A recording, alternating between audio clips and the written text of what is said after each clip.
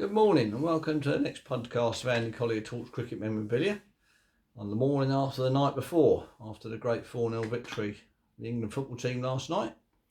Touch wood, they can go a bit further. A big night on Wednesday night with a semi-final against Denmark, so let's keep our fingers crossed.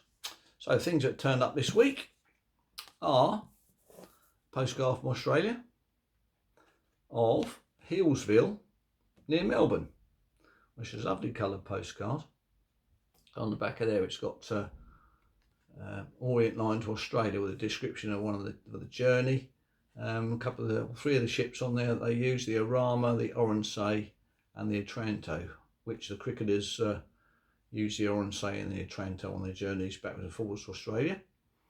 I've also, a few years ago, bought this one, which is exactly the same front on there, just an ordinary touch postcard with a little bit of a description about Hillsville on there, and it's a wide world on there, pleasure resorts of Melbourne, Victoria. So Hillsville in Melbourne, that is.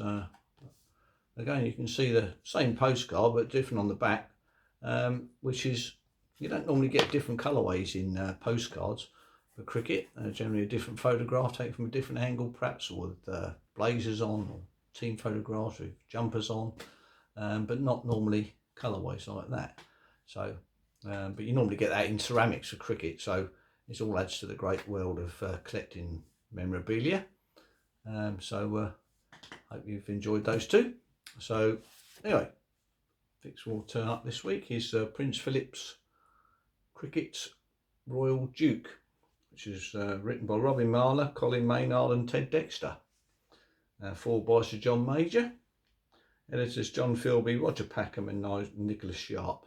Some great collectors there. All the proceeds go to the Sussex Cricket Museum, or most of the proceeds, shall I say. We've got some nice bits on the Duke of Edinburgh down there at Arundel. He played for the Duke of Norfolk's 11 a few times. So nice write-ups there. Some photographs there. He's in there at Lord's, looking through the big... is that the Muppets window, perhaps? No, surely not. But anyway, it's a nice little publication there, supporting the Sussex Cricket Museum. Other thing that come through this week was the old Tim Jones down at Worcestershire, great researcher and historian for Worcestershire County Cricket Club. This is called the 52, Worcestershire's Forgotten First Class Cricketers. So that's what it says on the tin there, 52 first class cricketers. Generally they've all played one game apart from a couple, and I think the maximum one played in there is 5, I think I looked through. But all well researched. One chap there, I'm talking about Jackson, there he is, John Jackson, so there's a chap there. He played one match versus Oxford University. I think that was the main thing, Oxford University or Cambridge, and they played there one game. But again, a great publication there and supporting the Worcestershire Museum. But another one that he sent through me was Don Kenyon, which I'd wanted for a while. His Own Man by Tim Jones again. So he sent me both books. This is another one, well researched again by the great stalwart of Worcestershire Cricket Club and Don Kenyon. So good booklets there. Another thing that's come this week is the quarterly magazine for the Cricket Memorabilia Society, which I encourage you all to join. £20 a year, you get a quarterly magazine. Alex Picker, the editor, he's a member of most of our groups, does a great job, I have to say. And on the front this month is a slot machine, cricket slot machine there, which is very nice and extremely expensive. I mean, worth more than a penny now. It came out at £18,000. That sold for is £23,400 with the buyer's premium. Excellent condition. Never seen one before. Probably won't see another one. Wherever that might have gone, he's a lucky person, or she's a lucky person, perhaps. Slot machines are quite expensive things, especially if they're in good condition. This is an extremely good condition machine. So there's a few other little bits and pieces that go on it there. A couple of players on the top. The cricket match. Your penny returned every time ball goes down any hole marked boundary. To obtain ball, place penny in slot, Press handle gently, then play as you please. The property of Rowland and Son, Smedley Road, Manchester.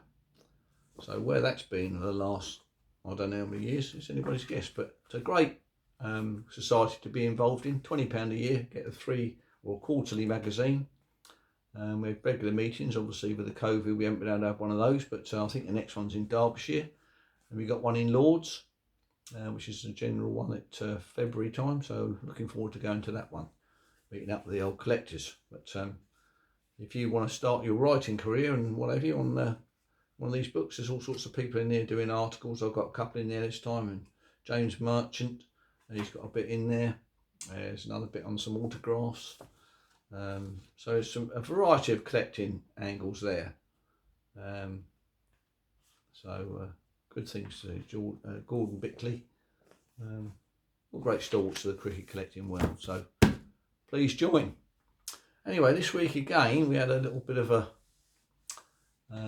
not a set to, but interesting debate on a signature that turned up was Archie Jackson, which you wouldn't have thought would have been a problem, but in the end I'm pretty sure after a lot of debate the signature that turned up was pretty good.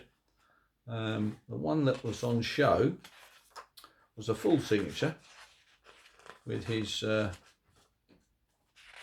full name on it, with Archie Jackson, and there's an example of it there, which is this one was taken by Jack Hobbs and signed fully there by Archie Jackson with a small A on that one. So interesting. Nice photograph. So that was a similar one to that came up today, but his normal one that you would see would be, this is a 1930 sheet from 10th September from Scarborough Hotel, Royal Hotel, and that's the sort of one you normally see of Archie with a capital A and the Jackson there. But it's just, we keep saying you're never ever going to get exactly the same signature. It might be something underneath a bit of paper that you sign, just putting your K off or your J off or whatever it might be. But generally they're not too far apart, but to say not all the same. So that's one there. There's another one here. I've got about 5, I think, Archie Jacksons. And there is the Oronsay. This is the signed ship Oronsay, 1930, they came over on to England. And there's another Archie Jackson there. I'm just looking at that J there. Slightly different than one I've got on the other one, so they're never normally the same. But there's an Archie there from 1930 again, and then I've got another one here which is 1928, and obviously Archie Jackson's debut, and this one's got a small A with a Jackson, not a full name. It's got the small name with a rounded off there. So there's 2 or even 3 different signatures there of Archie Jackson, plus the full signature. So, but I was quite happy in the end, and I think most of us were quite happy with the Archie Jackson signature that was on the Spirit of Cricket website this week. So hopefully that might have cleared that up. Just one other interesting thing from Archie Jackson. This is a copy of a restored telegram that he sent to Harold Larwood after the Adelaide Test, 1932-33 series, the Bodyline series. It's got Harold Larwood, Adelaide Oval, Adelaide. Congratulations, magnificent bowling, good luck, all matches, Archie Jackson. So that's a bit of a rarity there and a lovely thing to see. That was well restored. I think the quality of that was quite poor, but that's been restored quite nicely. So a nice thing to sort of have as even as a photocopy. So that was that. Anyway, I'm just going to do a couple of other things here that I've found this week in a couple of boxes that turned up. And this one here is a blazer, which is the Gloucestershire Gypsies blazer. Mustard and red. It's ready for its yearly dunk in the freezer. And this one's G. Arthur's, who's a famous name round the Cotswolds. And a nice old blazer there. A few moth holes in it, but so it's got to be, what's that got to be now? Probably 70 years old, so that's quite a nice blazer. And yeah, old John Grimsley done me a report on that blazer, bit of history on it, and it's one of Gloucestershire's major friendly clubs. The gypsy's life began when 6 gentlemen of the county met in Bristol to discuss the formation of a county amateur cricket club. The year was 1921. 80 years later, they still flourish, playing over 60 fixtures in a season. Their home ground is the beautiful Stowell Park near Northleach, and the home of Lord Vestey, who unfortunately died last year or the year before. So hopefully they're still going to be playing there. Who's taken over Stowell Park, but it's a lovely little ground there. So that was that, and then a couple of other things that have turned up was this Ezingari cap. A nice cap there, one of the oldest club sides, amateur sides in the world. Nice cap. I haven't got the blazer for that one, but it's a nice cap. Where's that? That's a London maker. Who is it? J. Degg and Sons. So quite a nice cap there. Now this is the question I'm going to pose you this week. You can give me answers on, not on a postcard, but on the website or the Facebook page. This is the second oldest amateur club in the world, and lovely colours of purple or mauve and black and gold or mustard, and that's the cap for that team. And also have a blazer of that team, which I do like. It's got lovely, even the buttons are the same colour. So Douglas Jardine was a member of this club many years ago. So that's not in particularly great condition, but at least it's not too bad. A few moth holes, I suppose. But my question to you this week would be, what colours associated with this club? Hopefully you can tell me that. It's the second oldest club in the world. So good luck on that one. So answers on the Facebook page or the YouTube channel.